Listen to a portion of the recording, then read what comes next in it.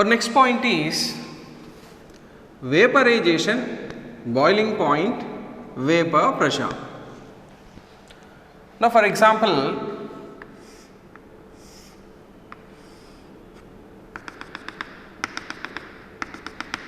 a closed container is taken and here this is water and this container is heated.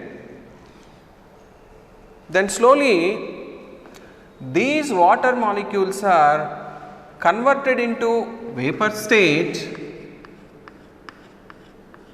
called vaporization, or you can say the conversion of liquid molecules into vapor state is called vaporization. So here the number of vapor molecules formed per unit time is called rate of vaporization, or you can say the total number of water molecules converted as vapor molecules per unit time is called rate of vaporization. Simply you can say number of molecules undergo vaporization per unit time is called rate of vaporization. This rate of vaporization is directly proportional to temperature. As temperature increases, rate of vaporization increases. After some time, these vapor molecules are converted into liquid state called condensation. The transformation of vapor molecules into liquid state is called condensation. The total number of vapor molecules condensed per unit time is called rate of condensation. That means as temperature increases, rate of vaporization increases, rate of condensation also increases.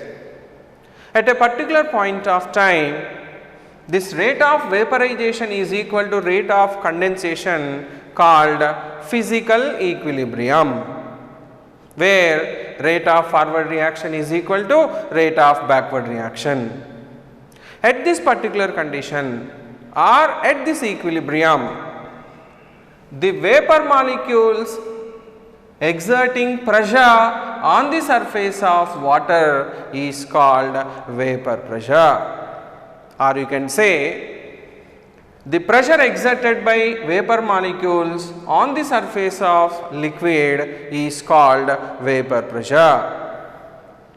As you are increasing temperature, rate of vaporization increases, rate of condensation increases and vapor pressure also increases.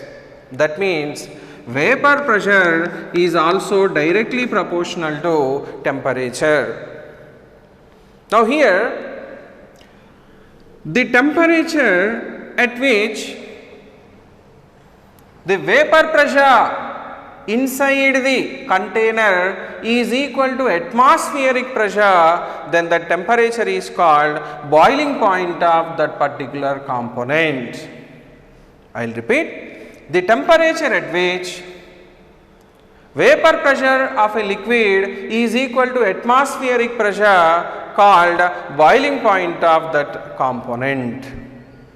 Now here you can say atmospheric pressure is 1 atmosphere, or you can say 760 mm of Hg. So here by increasing temperature, slowly this vapor pressure rises up to 1 atmosphere, which is equal to atmospheric pressure, then the temperature is said to be boiling point of that liquid. Now here you can say boiling point of water is 100 degrees Celsius. At 100 degrees Celsius, vapor pressure is exactly equal to 1 atmosphere. Now here three definitions we can say: what is vaporization, boiling point and vapor pressure. Now, the transformation of liquid molecules into vapor state is called vaporization. The pressure exerted by vapor molecules on the surface of liquid is called vapor pressure. The temperature at which vapor pressure is equal to atmospheric pressure called boiling point of that particular component. Now, we are going to take a solution here. For example, once again, same container is taken and this is pure solvent, that is water. Here temperature is 100 degrees Celsius. Vapor pressure is equal to what? 1 atmosphere. Now, at 100 degrees Celsius, vapor pressure of pure water is 1 atmosphere. Now, I am going to add a non-volatile solute to this.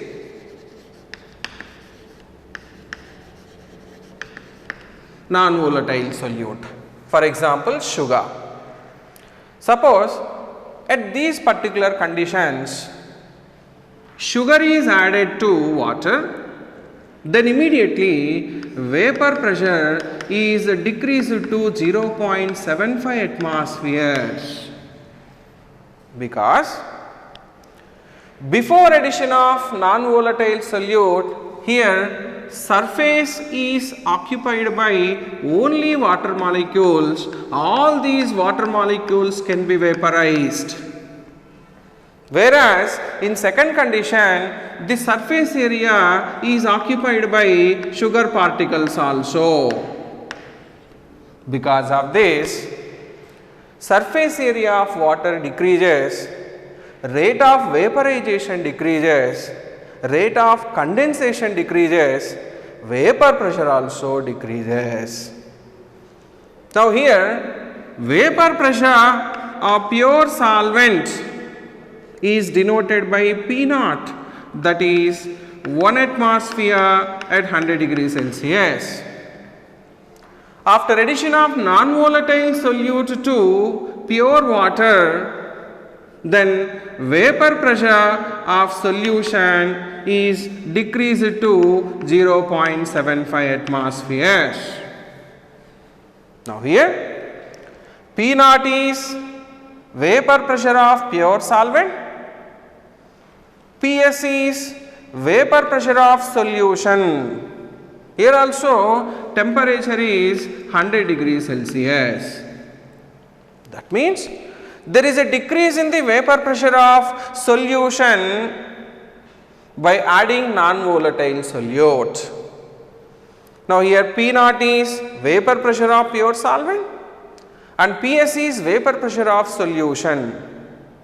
By adding non-volatile solute, there is a decrease in the pressure from 1 atmosphere to 0.75 atmospheres. So, this decreased value, that is 0.25 atmospheres, is called lowering of vapor pressure, or you can write P naught minus PS, that is equal to 1 minus 0.75, that is equal to 0.25. So here P naught minus PS is called lowering of vapor pressure. So simply you can say vapor pressure of pure solvent minus vapor pressure of solution at a given temperature is called lowering of vapor pressure. This lowering of vapor pressure depends on amount of non-volatile solute added to the solvent. So, the amount of non-volatile solute increases, vapor pressure of solution decreases, but this difference increases. That means lowering of vapor pressure is directly proportional to the amount of non-volatile solute present in the solution. So for our next concepts, we need to write one mathematical expression here, that is nothing but P naught minus Ps divided by P naught. This is called relative lowering of vapor pressure. So here P naught minus Ps is called lowering of vapor pressure. P naught minus Ps by P naught is called relative lowering of vapor pressure. The ratio between lowering of vapor pressure to the vapor pressure of pure solvent is called relative lowering of vapor pressure. Our next point is Raoult's law for solid in liquid type of solution, where nature of solid is, this is non-volatile solid. Now first I will give you the definition of Raoult's law. The relative lowering of vapor pressure of a dilute solution having non-volatile solute is equal to mole fraction of the solute in the given solution. I will repeat, the relative lowering of vapor pressure of a dilute solution is equal to mole fraction of the solute present in the solution. Or simply we can say relative lowering of vapor pressure is equal to mole fraction of solute in the solution. So mathematically we can write P naught minus Ps divided by P naught is equal to x1. Now I will repeat the definition. The relative lowering of vapor pressure of a dilute solution having non-volatile solute is equal to mole fraction of solute in the given solution. So from here we can expand x1. We know that x1 is mole fraction of solute, that is equal to n1 by n1 plus n2. Here this is dilute solution, that's why number of moles of solute is very less than number of moles of solvent. That's why we can neglect n1 at the denominator. So finally we can write P naught minus Ps divided by P naught is equal to n1 divided by n2. So further we can write W1 by M1 divided by W2 by M2. The final relation is P naught minus Ps divided by P naught is equal to W1 by M1 into M2 by W2. This is the formula for Raoult's law.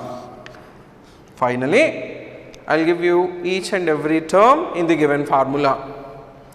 P naught is vapor pressure of pure solvent, Ps is vapor pressure of solution, W1 is weight of solute, M1 is molecular weight of solute, M2 is molecular weight of solvent, W2 is weight of solvent. By using this formula, we can calculate molar mass or molecular weight of the solute. This is called Raoult's law.